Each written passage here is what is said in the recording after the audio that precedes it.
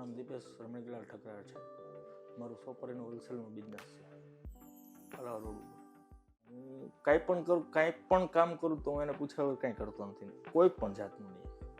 જેમ કે મેં દુકાન લીધી તો એને પૂછીને, મારે મકાન ફેરવવું હોય તો એને પૂછીને કાંઈ પણ કરવું, કોઈ પણ કાર્ય કરવું હોય હું દાદાને પૂછ્યા વગર હું કાંઈ કામ ક્યારેય નથી કરતો, ક્યારેય નહીં. રિઝલ્ટ તો મને અનહદ બધા ઘણા મળેલા, બધા રિઝલ્ટ મળેલા છે. એ કોઈ મને એવું નથી કે મને એમાંથી રિઝલ્ટ નથી મળ્યું.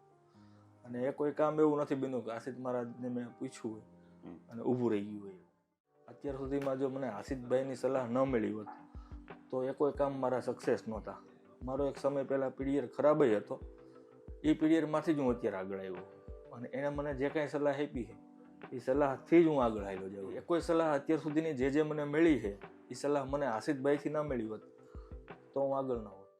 તો કે મેં તો અત્યાર સુધીમાં ઓછામાં ઓછા 30-40 મારા ગ્રુપના બધાને મોકલેલા કે ભાઈ એકવાર તમે એને પૂછો તકલીફ જેને છે.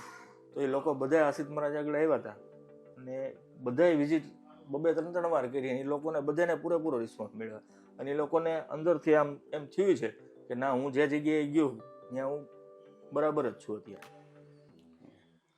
Thank you very much sir.